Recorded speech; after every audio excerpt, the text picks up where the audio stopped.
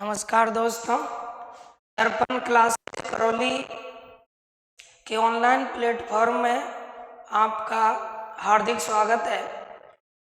तो हमने करौली में मदन मोहन बंसी वाले और माँ कैला की असीम कृपा से ये डिजिटल प्लेटफॉर्म तैयार किया है, जिसमें आज ही हम पहला वीडियो डालने जा रहे हैं। तो आप सभी से निवेदन है कि हमारे चैनल दर्पण क्लासेज करौली को सब्सक्राइब करें और अपने दोस्तों को शेयर करें। जो भी टूटा फूटा ज्ञान है दोस्तों, आपको हम देने की कोशिश करेंगे और आप लोगों को तमाम प्रतियोगी परीक्षाओं से जोड़ने की कोशिश करेंगे। हमारे पढ़ाए हुए से जितना भी आपको फायदा हो, ये हम उम्मीद करके आपको पढ़ा रहे हैं। तो देखिएगा, इस तरह से ये 9, 8, 7, 6, 5, 4, 3, 2, 1, 0 ये एक क्लास के अंदर विद्यार्थी थे दोस्तों। एक क्लास में इन अंकों वाले विद्यार्थी थे और इस 9 अंक वाले विद्यार्थी ने 8 अंक वाले को एक थप्पड़ मारा। 8 अंक वाले को थप्पड़ जब मारा तो 8 अंक वाला विद्यार्थी इस अंक 9 से बोला कि आपने मुझे थप्पड़ क्यों मारा है। तो अंक 9 ने कहा कि भाई मैं तेरे से बड़ा हूं, मैं उम्र में बड़ा हूं, इसीलिए मैंने थप्पड़ मारा है। फिर 8 अंक वाले ने अंक 7 को थप्पड़ मारा। 7 अंक जो है वो क्रोधित हुआ और उसने पूछा किससे, अंक 8 से, कि आपने मुझे क्यों थप्पड़ मारा है। तो कहा कि मैं आपसे बड़ा हूं। फिर अंक 7 ने 6 को थप्पड़ मारा। 6 को जब 7 ने थप्पड़ मारा, क्लास में अंक 7 ने 6 को जैसे ही थप्पड़ मारा तो अंक 6 नाराज हुआ और उसने पूछा अंक 7 से कि आपने मुझे थप्पड़ क्यों मारा। तो अंक 7 ने कहा कि भाई मैं तेरे से बड़ा हूं, थप्पड़ मार सकता हूं। इस तरह से एक दूसरे को थप्पड़ मारते गए और अपने को बड़ा बताते चले गए। अंक 2 ने 1 को थप्पड़ मारा। तब अंक 1 ने पूछा कि भाई मुझे तूने क्यों थप्पड़ मारा है। तो अंक 2 ने जवाब दिया कि मैं तेरे से बड़ा हूं, इसीलिए थप्पड़ मार सकता हूं। पर जब 1 की बारी आई दोस्तों, तो 1 शून्य को थप्पड़ नहीं मारा और शून्य को जब 1 ने थप्पड़ नहीं मारा तो शून्य ने 1 से ये भी डर रहा था शून्य कि भाई 1 मेरे भी थप्पड़ मारेगा, क्योंकि हर एक बड़ा छोटे को थप्पड़ मार रहा है। तो शून्य अलग से कोने में जाके बैठ गया कि मुझे भी थप्पड़ मारेगा कौन, 1 अंक। 1 अंक ने शून्य को थप्पड़ नहीं मारा। तब शून्य को लगा कि इसने मुझे क्यों नहीं थप्पड़ मारा है, क्योंकि बड़े वाले अंक छोटे वालों के थप्पड़ मार रहे थे। तो 1 से जब पूछा शून्य के द्वारा कि मुझे क्यों थप्पड़ नहीं मारा तुमने, ऐसी क्या रहम तुमने बरता है मेरे ऊपर। तो 1 ने कहा कि नहीं, मैं तुम्हें थप्पड़ नहीं मारूंगा, बल्कि मैं तुम्हारे साथ में खड़ा हूं। और जब वो 1 शून्य के साथ खड़ा हो गया तो संख्या में वो 10 हो गया, यानी जितने अंक थे उन सब से बड़ा हो गया। तो दोस्तों, मैं ये आपको मैसेज दे रहा हूँ पढ़ाने से पहले कि हमारा जो दर्पण क्लासेज करौली है वो 1 के अंक की भांति है, जो आप तमाम शून्य पर टिके हुए विद्यार्थियों की मदद करने के लिए खड़ा है, जो सभी अंकों में शून्य को बड़ा बना सकता है। वो 1 से हमारा संबंध है और आप बिल्कुल शून्य से हर विषय वस्तु को समझेंगे। हम 1 अंक की भांति आपके साथ खड़े होंगे और आपको 10 का अंक बनाएंगे, यानी सभी अंकों से आपको बड़ा बनाने की कोशिश करेंगे। तो देखिए, स्टार्ट करते हैं आज का चैप्टर। तो आज हम स्टार्ट कर रहे हैं दोस्तों राजस्थान कला संस्कृति में। और राजस्थान कला संस्कृति में जो पहला चैप्टर हमारा होगा वो होगा राजस्थान के लोक नाट्य। यानी यहाँ पढ़ने जा रहे हैं राजस्थान के लोक नाट्य। लोक नाट्य सबसे पहले जानते हैं कि लोक नाट्य क्या होते हैं। तो आइए जानते हैं लोक नाट्य क्या चीज है। तो देखिएगा लोक नाट्य ये लोक जीवन का दर्पण होता है। लोक नाट्य, लोक नाट्य जो है वो लोक जीवन का क्या है, दर्पण है। लोक नाट्य ये हम पढ़ने जा रहे हैं। और लोक नाट्य क्या होते हैं, तो ये लोक जीवन का दर्पण है। लोक जीवन का दर्पण लोक नाट्य होते हैं, यानी लोक जीवन का क्या होते हैं, दर्पण होते हैं। कौन, लोक नाट्य। और अपने चैनल का नाम भी क्या है, दर्पण क्लासेज करौली। तो लोक जीवन का दर्पण क्या कहलाते हैं, लोक नाट्य कहलाते हैं। ये लोक नाट्य जो है लोक जीवन का दर्पण है। लोक जीवन का दर्पण है जो हमें क्या मनोरंजन तो कराते ही हैं। मनोरंजन के अलावा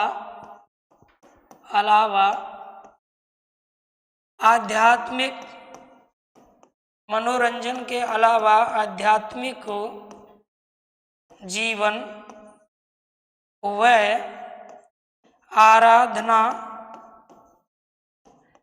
आराधना की परंपरा से जोड़ते हैं दोस्तों। तो याद रखिएगा लोक नाट्य क्या है। लोक नाट्य जो है वो एक अपने जीवन का दर्पण है। मनोरंजन होता है इनसे, और मनोरंजन के अलावा हम आराधना आध्यात्मिक चीजों से इनके द्वारा जुड़ते हैं। तो ये लोक नाट्य की हमने चर्चा की। खैर लोक नाट्य से आती है एग्जाम में। अब लोक नाट्य की बात करते हैं कि कितने प्रकार का होता है लोक नाट्य। तो दोस्तों लोक नाट्य की याद रखें कई क्या होती हैं, विधाएं होती हैं। लोक नाट्य की कई विधाएं होती हैं और उन विधाओं को एक एक करके आप जानोगे। तो जो लोक नाट्य हम पढ़ रहे हैं उस लोक नाट्य की कई होती हैं विधाएं। यानी मैं कह सकता हूं कि लोक नाट्य कई प्रकार से प्रदर्शित किया जाता है। जैसे कि रामलीला है वो एक लोक नाट्य है, नौटंकी है एक लोक नाट्य है, रासलीला है एक लोक नाट्य है, रासधारी है एक लोक नाट्य है, रास मंडल है दोस्तों एक लोक नाट्य है, नरसिंह लीला है एक लोक नाट्य है, ख्याल भी एक लोक नाट्य है, रम्मत एक लोक नाट्य है, चारवैत लोक नाट्य। तो ये तमाम प्रकार के जो लोक नाट्य के प्रकार हैं इन्हें लोक नाट्य की विधा कहा जाता है। यानी लोक नाट्य की क्या विधाएं। तो सबसे पहले जानते हैं कि लोक नाट्य की क्या क्या विधाएं हैं और फिर एक एक करके उन विधाओं को पढ़ा जाता है। तो लोक नाट्य की विधाओं में किस किस के विषय में हमें पढ़ना होगा, क्या क्या लोक नाट्य के अंतर्गत आते हैं। तो देखें आइए जानते हैं। नंबर 1 सबसे पहले दोस्तों लोक नाट्य में हम समझते हैं कि रम्मत ये लोक नाट्य की एक विधा होती है। इसके अलावा सेकंड नंबर पे हम बात करें तो लोक नाट्य के अंतर्गत तमाशा आता है। तमाशा लोक नाट्य की दोस्तों एक विधा होती है, यानी तमाशा को भी लोक नाट्य के अंतर्गत गिना जाता है। इसके बाद में थर्ड नंबर की हम बात करें तो लोक नाट्य के अंतर्गत चार बैत शैली यानी चार बैत जो है वो भी लोक नाट्य के अंतर्गत आता है। इसके बाद हम बात करें लोक नाट्य के अंतर्गत तो लीलाएं लोक नाट्य के अंतर्गत आती हैं। लीलाएं जिसमें रामलीला है, रासलीला है, तमाम लीलाएं। इसके बाद फिर हम जाने कि लोक नाट्य की ओर क्या विधाएं होती हैं। तो लोक नाट्य के अंतर्गत दोस्तों नौटंकी एक लोक नाट्य है, ये इसके अंतर्गत आता है। लोक नाट्य के अंतर्गत बहरूपिया कला आती है। बहरूपिया कला ये लोक नाट्य के अंतर्गत आती है। और आगे हम जानेंगे तो लोक नाट्य के अंतर्गत सर क्या आता है, ख्याल। दोस्तों ख्याल बहुत इंपॉर्टेंट लोक नाट्य है, यानी लोक नाट्यों में सबसे प्राचीन लोक नाट्य माना जाता है कौन? ख्याल। और प्रमुख लोक नाट्य भी माना जाता है ख्याल। ख्याल के अंतर्गत बहुत सारी ख्यालें होती हैं, तो इन्हें हमें पढ़ना होता है। इसके अलावा हम बात करें लोक नाट्य के अंतर्गत कन्हैया दंगल, कन्हैया दंगल ये लोक नाट्य के अंतर्गत आने वाली एक विधा होती है। और भी इनके अलावा तमाम प्रकार की लोक नाट्य की विधाएं हैं जिनसे आप परिचित होंगे। पर यहाँ एक सवाल बनता है कि लोक नाट्य की जितनी विधाएं हैं, लोक नाट्य क्या है, इनकी जानकारियों के स्रोत क्या है, ये जानकारी हमें कहाँ से मिलती है? कोई ऐसा ऐतिहासिक ग्रंथ जिससे लोक नाट्य के विषय में जानकारी मिलती है? तो तमाम लोक नाट्य जो मैंने बताए हैं इनका स्रोत क्या है दोस्तों? यानी लोक नाट्य की जानकारी हमें साहित्यिक रचनाओं के माध्यम से मिलती है। तो उन साहित्यिक रचनाओं के नाम भी हमसे पूछे जा सकते हैं। जैसे नंबर 1, तो नंबर 1 रचना है दोस्तों भरतेश्वर बाहुबली। भरतेश्वर ये आपकी रचना हो जाएगी भरतेश्वर बाहुबली। भरतेश्वर बाहुबली ये एक रचना है। इससे हमें जानकारी मिलती है लोक नाट्यों के विषय में। राजस्थान के कौन कौन प्रमुख लोक नाट्य हैं, इनकी विधाएं कब से प्रारंभ हुई हैं। भरतेश्वर बाहुबली जो रचना है, याद रखें ये रचना है ब्रजसेन सूरी की। ब्रजसेन सूरी इस कवि के द्वारा लिखित रचना है जिसमें हमें लोक नाट्य की जानकारी मिलती है। इसके अलावा लोक नाट्य की जानकारी हमें मिलती है भरतेश्वर, अगला जो ग्रंथ है भरतेश्वर बाहुबली और रास, इससे हमें जानकारी मिलती है लोक नाट्य के विषय में। भरतेश्वर बाहुबली रास दोस्तों ये जो रचना है याद रखें ये है किसकी? शालिभद्र सूरी की। शालिभद्र सूरी इनकी ये रचना है, इससे हमें जानकारी मिलती है। तो ये वो ऐतिहासिक ग्रंथ हैं जिनसे हमें जानकारी मिलती है लोक नाट्यों के विषय में कि लोक नाट्य जो हैं उनकी विधाएं कब से प्राप्त हुई हैं। अब ये रचनाओं के अलावा एक और रचना हम याद रख सकते हैं। जैसे 3rd नंबर पे एक रचना होती है रेवंतागिरी। रेवंतागिरी रासो ये रचना है दोस्तों। और ये रचना जो है विजय सेन सूरी की है, यानी विजय सेन इनकी ये रचना है। तो ये 3 जो रचनाएं मैंने आपको बताई हैं भरतेश्वर बाहुबली और भरतेश्वर बाहुबली रास, रेवंतागिरी रासु, ये तीनों रचनाओं से लोक नाट्यों की जानकारी हमें मिलती है। तो ये मैंने आपसे चर्चा की है कि राजस्थान के जो लोक नाट्य हैं उन लोक नाट्य की कई विधाएं होती हैं मित्रों। जैसे कि रम्मत लोक नाट्य के अंतर्गत गिना जाता है, तमाशा लोक नाट्य के अंतर्गत गिना जाता है, चारवत लोक नाट्य के अंतर्गत गिना जाता है, लीलाएं, नौटंकी, बहरूपिया कला जिसे स्वांग कला भी बोलते हैं, ख्याल है, कन्हैया के दंगल है। तो इस तरह की विधाएं लोक नाट्य के अंतर्गत आती हैं। आइए अब जानते हैं आगे लोक नाट्य के अंतर्गत एक एक विधा के रेफरेंस में कि क्या लोक नाट्य की विधाओं के अंतर्गत दिया होता है और क्या क्या सवाल हमसे एग्जाम में पूछे जा सकते हैं। तो देखिएगा सबसे पहले हम स्टार्ट कर रहे हैं दोस्तों रम्मत। सबसे पहले हम पढ़ने जा रहे हैं क्या? रम्मत। रम्मत जो है वो एक लोक नाट्य है। रम्मत को लेके कई बार एग्जाम में सवाल पूछे गए हैं। रम्मत को विस्तार से आप लोग पढ़ेंगे, अच्छे से पढ़ेंगे और उस तरह से रम्मत को आपको यहाँ बताने वाला हूँ मैं जो अभी तक आपने नहीं पढ़ा होगा। बहुत सारा कलेक्शन हम करेंगे ताकि तमाम प्रकार के सवालों का जवाब दे सकें। तो आइए दोस्तों जानते हैं रम्मत जो है इसके रेफरेंस में क्या क्या सवाल परीक्षाओं में बनते हैं। तो रम्मत जो है देखिएगा इसका सबसे पहले शाब्दिक अर्थ जानिएगा। रम्मत का शाब्दिक अर्थ क्या है? रम्मत का शाब्दिक अर्थ क्या होता है? तो दोस्तों रम्मत का शाब्दिक अर्थ होता है रमने वाला। जैसा नाम है वैसा ही इसका अर्थ है रमने वाला। यानी रम्मत का शाब्दिक अर्थ होता है क्या? रमने वाला। अब रमने वाला किसमें रमने वाला तो वो समझिएगा। ये देखते हैं इधर बैक में 19वीं सदी की बात थी दोस्तों। कौन सी? 19वीं सदी। और 19वीं सदी में रम्मत प्रारंभ हुई थी अपने राजस्थान में।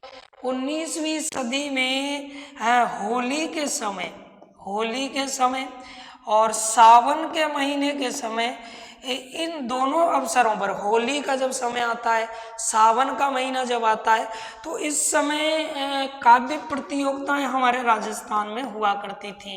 काव्य क्या प्रतियोगिताएं, यानी यह प्रतियोगिताएं राजस्थान में हुआ करती थी होली के समय और सावन के समय। और इन्हीं काव्य प्रतियोगिताओं से प्रारंभ हुई है क्या, रम्मत। तो हम कह सकते हैं कि भी रम्मत की जो शुरुआत हुई है वो किसके द्वारा हुई है, यानी रम्मत की शुरुआत किसके द्वारा हुई है और कब इसकी हुई है शुरुआत। तो देखिए, आइए जानते हैं रम्मत की शुरुआत कब और किसके द्वारा हुई है। तो होली एक हमारा हो गया ये उत्सव होली, वह सावन या कहिएगा श्रावण, होली व श्रावण के अवसर पर, होली व श्रावण के अवसर पर 19वीं सदी में किसका आयोजन होता था दोस्तों। 19वीं सदी में काव्य प्रतियोगिताएं हुआ करती थी। काव्य प्रतियोगिताओं द्वारा ही रम्मत की क्या हुई है, शुरुआत हुई है। काव्य प्रतियोगिताओं द्वारा ही रम्मत प्रारंभ हुई। तो ये चीज हमें याद रखनी है। रम्मत की जो शुरुआत हुई है वो 19वीं सदी में हुई है। प्राचीन समय में होता क्या था, होली के अवसर पर, यानी होली के अवसर पर और सावन के महीने में काव्य प्रतियोगिताएं, काव्य को लेकर के, साहित्य को लेकर के, ये पौराणिक आधार होता था। इनका जो आधार होता था वो पुराण होते थे, उनके आधार पर काव्य प्रतियोगिताएं होती थी और उन्हीं से प्रारंभ हुई है क्या, रम्मत। आइए अब जानते हैं रम्मत के विषय में आगे। तो दोस्तों रम्मत जो है शाब्दिक अर्थ हो गया रमने वाला, शुरुआत हुई है 19वीं सदी में। आगे रम्मत के जो खिलाड़ी होते हैं, यानी रम्मत को खेलने वाले, इसका प्रदर्शन करने वाले, तो उन्हें क्या कहा जाता है, खेलार कहा जाता है। ये भी सवाल परीक्षा के लिए बहुत बहुत इंपॉर्टेंट है। इस तरह के सवाल जो वैश्विक पॉइंटों पर आधारित होते हैं वो एग्जाम में अक्सर पूछे जाते हैं कि रम्मत के खिलाड़ी क्या कहलाते हैं। तो दोस्तों जवाब हो जाएगा, रम्मत के खिलाड़ी को खेलार कहते हैं, यानी रम्मत का जो प्रदर्शन करते हैं। कई जगह इस तरह लिखा मिलता है कि इन्हें रम्मतीय भी कहा जाता है, तो ये भी हमें याद रखना है। कई जगह मिलता है कि इन्हें रामतीय के नाम से भी जाना जाता है, रामतीय। तो याद रखिएगा दोस्तों, रम्मत के जो खिलाड़ी हैं उन्हें खेलार कहा जाता है। खेलार ऑप्शन में नहीं होगा तो रम्मतीय या रामतीय मिलने वाला है, तीनों ही एक साथ ऑप्शन में नहीं है। तो इस नाम से इनके रम्मत के खिलाड़ियों को जाना जाता है। अब जानते हैं आगे, देखिएगा रम्मत के विषय में, रम्मत जो है उस रम्मत को लेके क्या क्या सवाल और हमारी एग्जाम में बनते हैं, तो आगे जानिएगा। तो दोस्तों रम्मत जो है याद रखें, इस रम्मत की बात करते हैं कि भी शुरुआत कहाँ से हुई। तो रम्मत की राजस्थान में शुरुआत कहाँ से हुई, ये बनता है सवाल। रम्मत की दोस्तों जो शुरुआत राजस्थान में हुई है वो हुई है सर कहाँ से, जैसलमेर से। रम्मत की राज्य में शुरुआत जैसलमेर से हुई। रम्मत जो है वो कहाँ की लोकप्रिय हुई, शुरुआत जैसलमेर से हुई लेकिन लोकप्रिय व प्रसिद्ध कहाँ की रम्मत हो गई। तो दोस्तों रम्मत जो लोकप्रिय और प्रसिद्ध हुई है वो हुई है कहाँ की, बीकानेर की। बीकानेर की रम्मत प्रसिद्ध व लोकप्रिय हुई है। याद रखिएगा, पूछा जाएगा कि रम्मत की शुरुआत कहाँ से हुई, तो जैसलमेर से हुई। रम्मत लोकप्रिय और प्रसिद्ध है कहाँ की, बीकानेर की। अब बीकानेर में ये याद रखना होगा हमें कि एक आचार्यों का चौक है। आचार्यों का चौक है दोस्तों, आचार्यों का चौक ये एक स्थान है बीकानेर का, और आचार्यों का चौक है, यहाँ की रम्मत बहुत फेमस है। यानी बीकानेर जिला रम्मतों के क्षेत्र में प्रसिद्धि पाली है, और बीकानेर में भी आचार्यों का चौक रम्मतों के लिए जाना जाता है। आचार्यों का जो चौक है रम्मतों के लिए जो जाना जाता है, यहाँ जो रम्मत की शुरुआत होती है दोस्तों, यहाँ रम्मत की जब भी शुरुआत होती है तो रामदेव जी की वंदना से होती है। लोक देवता पंचवीरों में गिने जाने वाले रामदेव जी की वंदना से क्या होती है, शुरुआत होती है। तो ये भी एक बहुत बढ़िया सवाल बनता है कि बीकानेर में आचार्यों का चौक जो रम्मतों के लिए प्रसिद्ध है, यहाँ रम्मतों की शुरुआत होती है किससे, तो रामदेव जी की वंदना से शुरुआत होती है आचार्यों का चौक। आगे जानते हैं रम्मतों के रेफरेंस में और क्या क्या सवाल बनते हैं। तो रम्मत जो है पाटों पर खेली जाती है, पाटों पर रम्मत का प्रदर्शन होता है, पाटों पर खेली जाती है, रम्मत पाटों पर खेली जाती है। यानी रम्मतों का जब प्रदर्शन होता है तो वो किस पर होता है, पाटों पर। रम्मत पाटों पर खेली जाती हैं, रम्मत का प्रदर्शन होता है किस पर, पाटों पर। तो ये पाटों पर खेली जाती है रम्मत, इसलिए हम कह सकते हैं कि पाटा संस्कृति जो है दोस्तों, कौन सी, पाटा संस्कृति कहाँ की है, तो पाटा संस्कृति याद रखें बीकानेर की प्रसिद्ध है। इस तरह के तमाम सवाल हमारी एग्जाम में आते हैं। पाटा संस्कृति कहाँ की है, तो पाटा संस्कृति बीकानेर की प्रसिद्ध है। यानी हम लोगों ने यहाँ तक जो चर्चाएं की हैं एक बार देख सकते हैं। तो ये हमने पढ़ा है कि रम्मत, हाँ, लोक नाट्यों में सबसे पहली विधा हम चर्चा करें रम्मत। रम्मत का शाब्दिक अर्थ होता है, तो रम्मत का शाब्दिक अर्थ हो गया रमने वाला।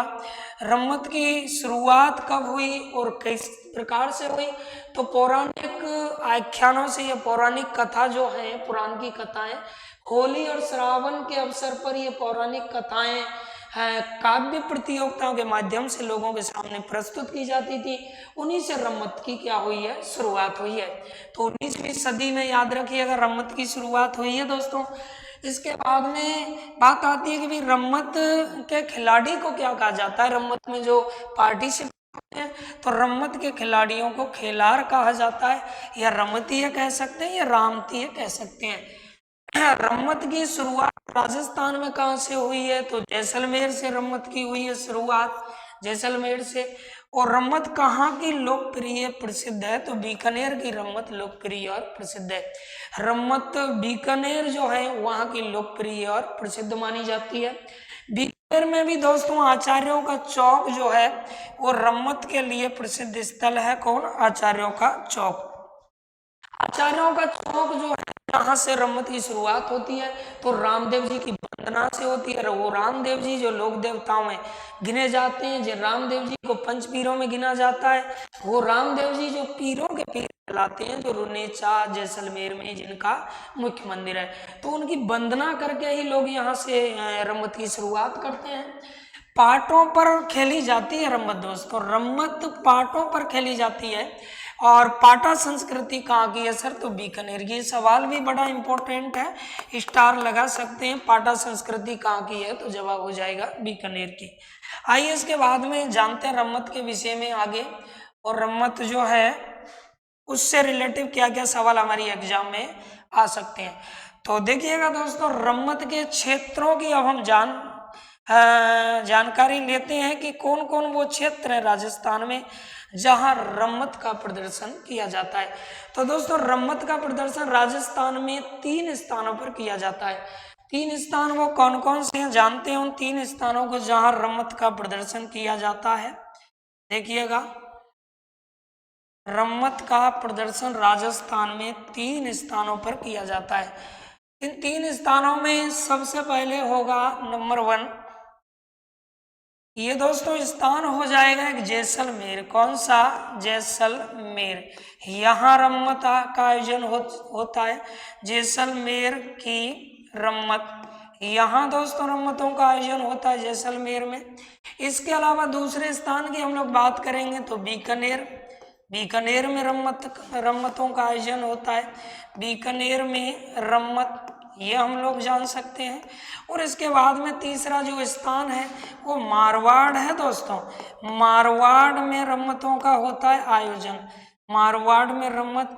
ये 3 ऐसे क्षेत्र हैं जहां राजस्थान में रम्मतों का क्या होता है, आयोजन होता है। अब इन तीनों स्थानों पर रम्मतों का जो आयोजन होता है उनसे रिलेटिव सवाल पूछे जाते हैं कि भाई जैसलमेर में रम्मतों का आयोजन कब होता है, बीकानेर में कब होता है और मारवाड़ में कब होता है। तो देखिएगा जैसलमेर, बीकानेर और मारवाड़, यहाँ जो रम्मतों का आयोजन होता है वो अलग अलग समय पर होता है। तो किस तरह ये होता है रम्मतों का आयोजन यहाँ, तो सबसे पहले जानते हैं जैसलमेर में। जैसलमेर में रम्मतों का जो आयोजन है उसका समय क्या है। तो दोस्तों यहाँ रम्मतों का आयोजन होता है वसंत पंचमी, वसंत पंचमी से लेकर के वसंत पंचमी से लेकर के और आखा तीज यानी बैसाख के महीने में आखा तीज जो आती है यहाँ तक रम्मतों का जो प्रदर्शन होता है वो जैसलमेर में होता है। इसके अलावा नेक्स्ट जानते हैं अगला, हाँ बीकानेर की बात करें तो बीकानेर में जो रम्मतों का आयोजन होता है वो किस समय यहाँ रम्मतों का आयोजन होता है। तो बीकानेर में दोस्तों होली यानी फाल्गुन की पूर्णिमा को आती है होली, होली से लेकर के फिर चैत्र प्रारंभ हो जाता है और चैत्र के प्रारंभिक कृष्ण पक्ष की अष्टमी यानी चैत्र शीतलाष्टमी जो आती है, शीतलाष्टमी, यहाँ तक बीकानेर में होता है रम्मतों का क्या आयोजन। इसके बाद में सवाल आता है कि मारवाड़ में रम्मतों का आयोजन कब होता है। तो दोस्तों सबसे पहली बात तो यह है कि मारवाड़ की जो रम्मत है इन्हें रावलों की रम्मत भी कहा जाता है। रावलों की क्या कहा जाता है, रम्मत कहा जाता है, क्योंकि मारवाड़ में रावल जाति के द्वारा रम्मतों का प्रदर्शन होता है, इसलिए मारवाड़ की रम्मत को रावलों की रम्मत कहते हैं। यहाँ जो रम्मत प्रदर्शन का समय है वो क्या है दोस्तों, तो यहाँ एक फाल्गुन महीने में और उसके अलावा चैत्र महीने में, यानी इन दोनों महीने में यहाँ रम्मतों का क्या होता है आयोजन। तो यहाँ हम समझ सकते हैं कि राजस्थान में जो रम्मत है वो जैसलमेर, बीकानेर और मारवाड़ तीनों क्षेत्रों में प्रदर्शित होती हैं। जैसलमेर में वसंत पंचमी से आखा तीज, बीकानेर में होली से लेकर के शीतलाष्टमी तक रम्मतों का आयोजन होता है। इसके अलावा मारवाड़ की हम बात करें तो मारवाड़ में फाल्गुन से लेकर चैत्र तक होता है रम्मतों का आयोजन। अब देखो एक एक को स्टार्ट करते हैं। जैसलमेर में कौन कौन सी रम्मत है, जैसलमेर में किस तरह से रम्मतों की शुरुआत हुई है, बीकानेर की में कौन कौन सी रम्मतें बीकानेरी रम्मतों के अंतर्गत आती हैं और मारवाड़ में क्या स्थिति है। तो आइए जानते हैं एक एक के विषय में। तो ये देखिएगा दोस्तों, सबसे पहले हम स्टार्ट कर रहे हैं रम्मतों में जैसलमेर में रम्मत, यानी नंबर 1 ABCD 3 पार्टों में हम पढ़ेंगे। तो सबसे पहले हम स्टार्ट कर रहे हैं जैसलमेर में रम्मत, जैसलमेर में रम्मत, यह हम जान रहे हैं दोस्तों। जैसलमेर में याद रखें रम्मतों की जो शुरुआत हुई है, पूरे ऑल ओवर राजस्थान में रम्मतों की जो शुरुआत हुई है वो जैसलमेर से हुई है। तो सबसे पहले ये सवाल बना कि राज्य में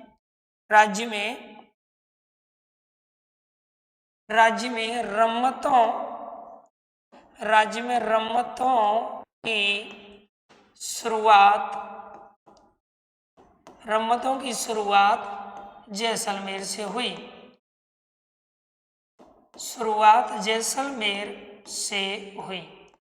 दोस्तों जैसलमेर के हमने 3 क्षेत्र जाने हैं जिनमें से रम्मत प्रारंभ जो हुई है वो कहाँ से हुई है, जैसलमेर से।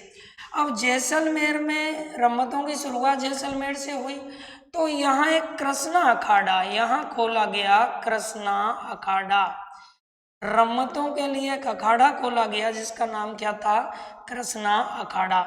ये रम्मतों के लिए जैसलमेर में एक अखाड़ा खोला और ये जो कृष्णा अखाड़ा आप देख रहे हैं ये कृष्णा अखाड़ा याद रखें तेज कवि द्वारा, यानी तेज कवि के द्वारा ये अखाड़ा खोला गया। तो तेज कवि दोस्तों ये वो कवि थे जो स्वतंत्रता की रचनाएं काव्य के माध्यम से करते थे, यानी काव्य के माध्यम से लोगों को संदेश पहुंचाते थे, ऐसे ये कवि थे। तो तेज कवि जिनका संबंध जैसलमेर से है और ये याद रखें स्वतंत्रता सेनानियों में भी गिने जाते हैं। तेज कवि द्वारा, किसके द्वारा, तेज कवि द्वारा यह अखाड़ा खोला गया, यह अखाड़ा खोला गया, अखाड़ा खोला गया।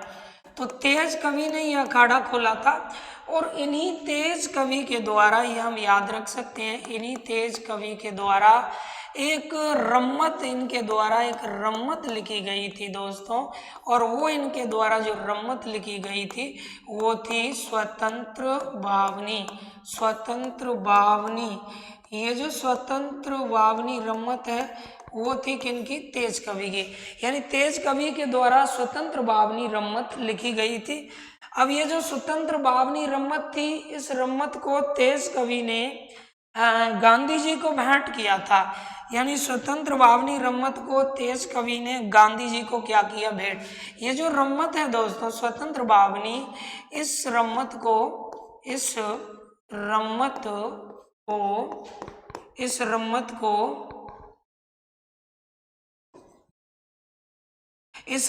को तेज कवि ने 1900 कितने में? 43 में, 1943 ईस्वी में गांधी जी को भेंट किया। यानी किनको? गांधी जी को भेंट किया, गांधी जी को भेंट किया। तो इसका पता अंग्रेजों को लगा और अंग्रेज इनसे नाराज हो गए। अंग्रेज नाराज हुए तो अंग्रेजों ने इनके खिलाफ वारंट निकाल दिया। अंग्रेजों ने तेज कवि के खिलाफ क्या निकाल दिया दोस्तों? वारंट निकाल दिया कि तेज कवि को गिरफ्तार कीजिएगा। तेज कवि स्वतंत्रता की रम्मतें लिख करके गांधी जी को भेंट किया है, तो इन्हें गिरफ्तार किया जाए। और जैसे ही पता लगा तेज कवि को, तो तेज कवि ने कहा कि भाई मुझे गिरफ्तार करने की जरूरत ही नहीं है, मैं स्वयं ही गिरफ्तार होने को तैयार हूँ। तो ये तेज कवि स्वयं कमिश्नर के घर पहुंच गए और जो कमिश्नर था उनसे क्या बोले? कमिश्नर से बोले कौन? तेज कवि। तो कमिश्नर से इन्होंने जो कहा था, वो डायलॉग जो इन्होंने दिया था वो परीक्षा के लिए बहुत इंपॉर्टेंट होता है, पूछा जा सकता है कि ये किसका कथन था। तो इन्होंने कहा था दोस्तों कि कमिश्नर खोल दरवाजा। क्या इन्होंने कहा? देखिएगा, जानते हैं इन्होंने कहा जाकर के वहां की कमिश्नर खोल दरवाजा, कमिश्नर खोल दरवाजा, मुझे भी जेल जाना है, इन्होंने वहां कहा कि कमिश्नर, ये जो जेल है वो हमारी जेल है, हमारी मातृभूमि पर है और तुम हमें बंदी बना रहे हो।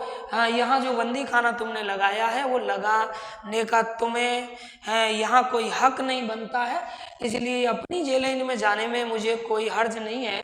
कमिश्नर खोल दरवाजा, मुझे भी जेल जाना है। हिंद तेरा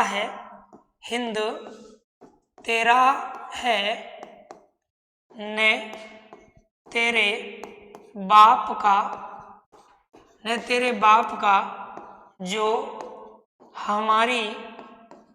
जो हमारी मातृभूमि पर लगाया बंदी खाना है। तो इस तरह से दोस्तों इन्होंने कहा था तेज कवि ने, कमिश्नर खोल दरवाजा, मुझे भी जेल जाना है। हिंद तेरा है न तेरे बाप का, जो हमारी मातृभूमि पर लगाया बंदी खाना है। परीक्षा में इस तरह का कोटेशन देके पूछेगा कि ये किसने कहा, तो ये तेज कवि ने कहा। तेज कवि वो कवि थे जो लोगों को स्वतंत्रता की रचनाएं लिख करके जागरूक करते थे, उत्तेजित करते थे, स्वतंत्रता की प्रेरणा लोगों में बढ़ते थे। तो इन्होंने स्वतंत्र बावनी रम्मत जो कि जैसलमेर में कृष्णा अखाड़ा खोला था, जिसे तेज अखाड़ा के नाम से भी जाना जाता है। आगे जानते हैं दोस्तों अगले रम्मतों के विषय में। देखिएगा, तो ये जैसलमेर में रम्मतों की बात थी। आइए अब समझते हैं बीकानेर में रम्मतें। बीकानेर में यानी बी पार्ट में हम लोग जानेंगे बीकानेर में रम्मतें। तो देखें बीकानेर में रम्मतें, रम्मतें। दोस्तों बीकानेर में रम्मतों की हम बात करते हैं तो बीकानेर में जो रम्मतों के लिए प्रसिद्ध है वो है आचार्यों का चौक, जो आपने अभी जाना था। सबसे पहला सवाल यहाँ बनता है कि यहाँ की जो रम्मत है, बीकानेर की रम्मत, वो सबसे ज़्यादा लोकप्रिय है। बीकानेर की रम्मतें, बीकानेर की रम्मतें, या हम कह सकते हैं कि रम्मतों में बीकानेर लोकप्रिय है।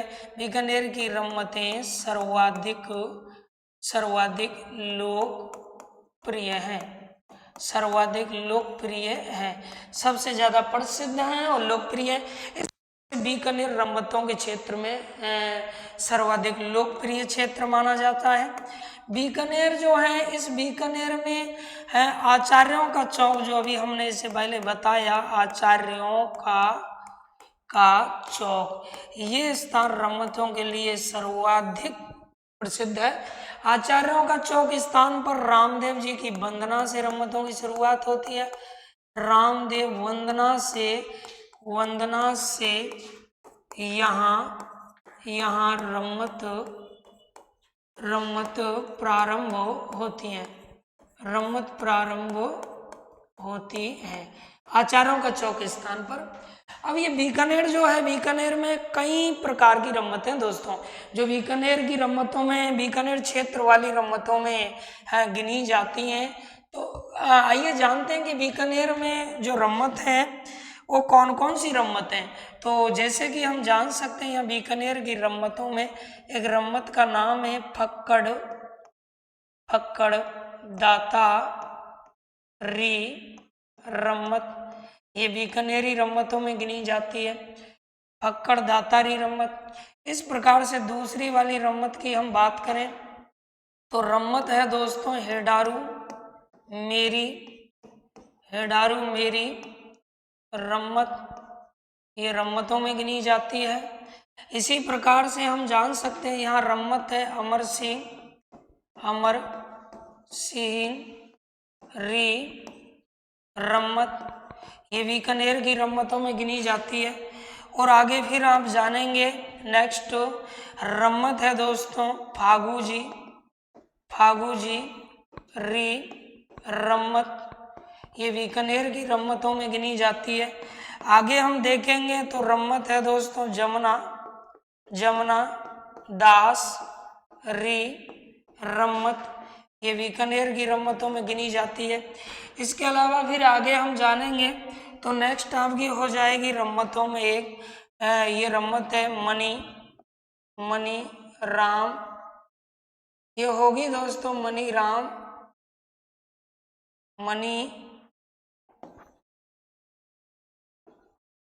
राम जी री रम्मत। इस तरह बीकानेरी रम्मतों में ये रम्मतें गिनी जाती हैं। अब देखेंगे बीकानेर की रम्मतों में ये जो रम्मत हैं जिन्हें गिना जाता है, फक्कड़ दातारी रम्मत, हेडारू मेरी रम्मत, अमर सिंह री रम्मत, फागूजी री रम्मत, जमुना दास री रम्मत और मनीराम री रम्मत। इन रम्मतों में अंदर से क्या क्या सवाल पूछे जा सकते हैं, तो देखते हैं इनकी मुख्य मुख्य बातों को। ये जो रम्मत हैं दोस्तों, इनमें किस किस को लेकर के प्रदर्शन होता है, तो फक्कड़ दातारी रम्मत, ये रम्मतों में यानी अपनी जो रम्मत है बीकानेर की, इनमें सबसे प्रथम है। तो ये बीकानेर की रम्मतों में दोस्तों ये क्या है, प्रथम है।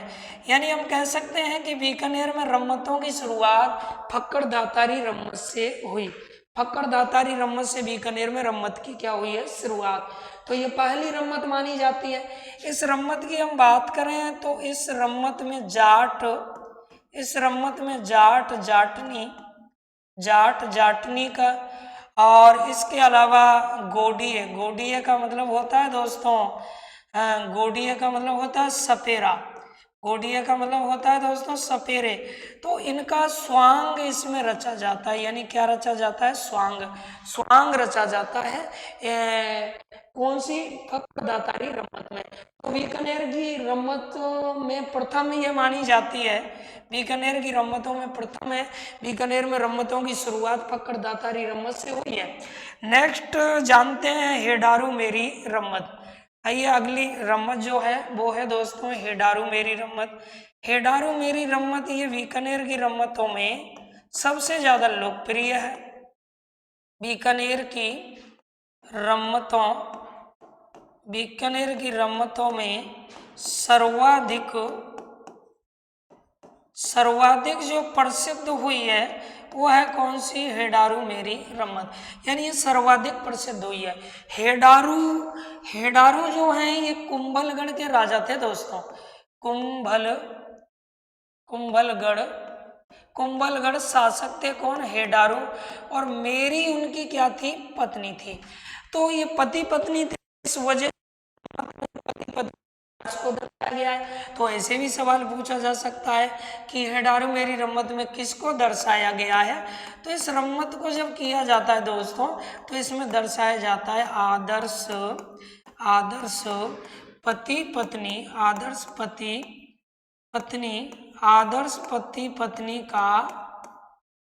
पत्नी पति पत्नी का चित्रण इसमें किया जाता है। यानी हेडारू मेरी रम्मत में आदर्श पति पत्नी को दर्शाया जाता है। नेक्स्ट है अमर सिंह री रम्मत। अमर सिंह जिन्होंने सांझा को ललकारा था, तो अमर सिंह री रम्मत, इसमें ये रम्मत याद रखिएगा कोई श्रृंगार और भक्ति पर आधारित नहीं है। अमर सिंह की रम्मत जो है वो राष्ट्रीय भावना को उजागर करती है। राष्ट्रीय किस पर आधारित है दोस्तों? राष्ट्रीय भावना पर आधारित रम्मत है कौन सी? अमर सिंह री रम्मत। तो ये भी एक इम्पोर्टेंट सवाल बनता है कि राष्ट्रीय भावना पर आधारित है कौन सी रम्मत? अमर सिंह री रम्मत। फागू जी रम्मत की हम बात करें दोस्तों तो फागू जी जो रम्मत है याद रखिएगा ये लावणीय गीत होते हैं और उनके लिए प्रसिद्ध है। लावणियों हेतु क्या है दोस्तों? ये प्रसिद्ध है। कौन सी रम्मत? फागू जी रम्मत लावणियों के लिए प्रसिद्ध है। इसके बाद में जमुना दास री रम्मत की बात करें तो इस रम्मत की कहते हैं कि जो शुरुआत होती है, इस रम्मत की जो शुरुआत होती है वो लुटियाला माता इसमें आकर के पधारती है। लुटियाला माता इसमें क्या करती हैं? माता पधारती हैं, जो कल्लों की देवी कहलाती हैं। लुटियाला माता इसमें आकर के पधारती हैं। लुटियाला माता पधारती हैं, ये कहलाती है कल्लों की क्या? देवी, यानी जोधपुर की देवी है, कल्लों की देवी है। तो लुटियाला माता का जो मंदिर है वो जोधपुर में कल्लों की देवी है। कहा जाता है कि जमुना दास जी रम्मत की जो शुरुआत होती है तो ये उसमें आकर के पधारती हैं। मनी राम री रम्मत एक लास्ट ये रम्मत और हम जान सकते हैं दोस्तों। इस रम्मत में क्या प्रदर्शन होता है? जो मनीराम री रम्मत है तो इस रम्मत में मनीराम री रम्मत में ननद भौजाई और इसके अलावा हम कह सकते हैं ननद भौजाई और पति पत्नी इनका क्या है दोस्तों? इसमें मजाक है, यानी मजाक का मतलब छेड़छाड़ बताई गई है। एक पति पत्नी को मजाक में छेड़ता है और ननद भौजाई को या भौजाई ननद को। तो ये तमाम बातें रम्मतों में बताई हैं जो आप लोगों ने जानी थी आज। इसके बाद एक रावलों की रम्मत होती है, वो ऐसे ही हमें याद रखनी है। रावल जाति के द्वारा मारवाड़ क्षेत्र में है जिसे रावलों की रम्मत कहते हैं। तो दोस्तों एक बार पूरा का पूरा ये आप देख लीजिए, जहाँ से हमने की है शुरुआत, देखेंगे रम्मतों की जो शुरुआत हमने की है लोकनाट्य में। तो ये सबसे पहले हमने पढ़ा कि रम्मत के 3 लोकनाट्य जो हैं, यहाँ से फिर आप लोगों ने जाना इसमें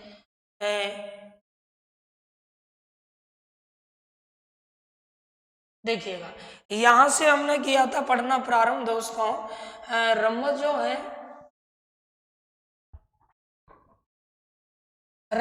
है रम्मत का शाब्दिक अर्थ क्या होता है? तो रमने वाला।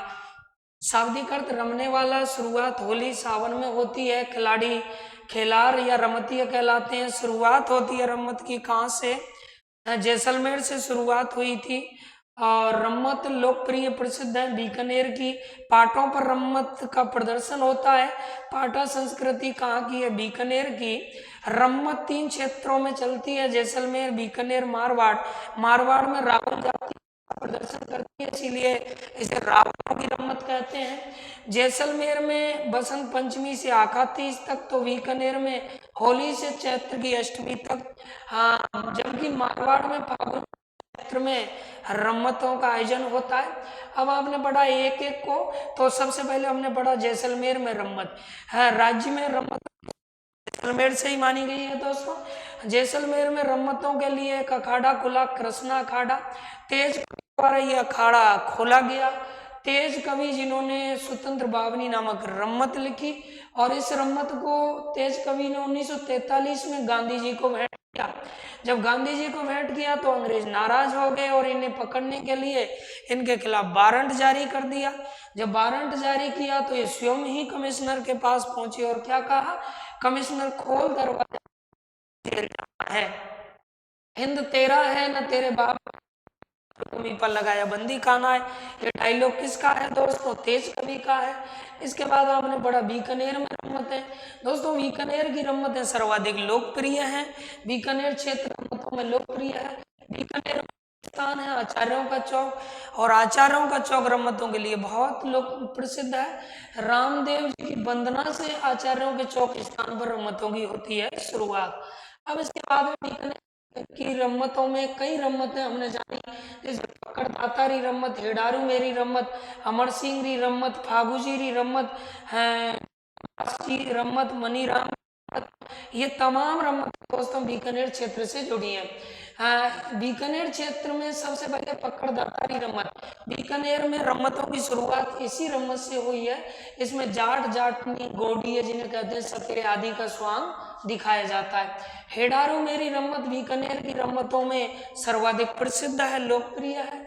और हेडारू मेरी रम्मत में आदर्श पति पत्नी को दर्शाया गया है। हेडारू कहाँ के राजा थे? कुंभलगढ़ के राजा थे, और मेरी उनकी क्या थी? पत्नी। उसके बाद में हमने जाना अमर सिंह री रम्मत। अमर सिंह री रम्मत किसी श्रृंगार या भक्ति पर आधारित नहीं, बल्कि राष्ट्रीय भावना को दर्शाती है। अमर सिंह री रम्मत पूछा जाएगा राष्ट्रीय भावना पर आधारित रम्मत है तो अमर सिंह री रम्मत है। इसके बाद हमने पढ़ा फागूजीरी रम्मत। लावनियों के लिए, लावनी गीतों के लिए प्रसिद्ध है फागूजीरी रम्मत। जमुना दास री रम्मत दोस्तों, जमुना दास जो रम्मत है, ये याद रखें, इसके प्रारंभ जब इसको किया जाता है तो पधारती हैं, जो कल्लों की देवी हैं। और लास्ट हमने पढ़ा मनीराम जीरी रम्मत, जिसमें ननद भौजाई और पति पत्नी का मजाक या छेड़छाड़ दर्शाया गया है। तो नमस्कार दोस्तों, ये आप लोगों ने आज जाना था लोक नाट्य की पहली विधा रम्मत के विषय में। और एक बार फिर से मैं आपसे कहूँगा कि हमारे चैनल दर्पण क्लासेज करौली को सब्सक्राइब कर लीजिएगा। नेक्स्ट पार्ट की अगली जो वीडियो है वो आपको डाली जाएंगी, और नेक्स्ट क्लास में मिलते हैं। तब तक के लिए धन्यवाद।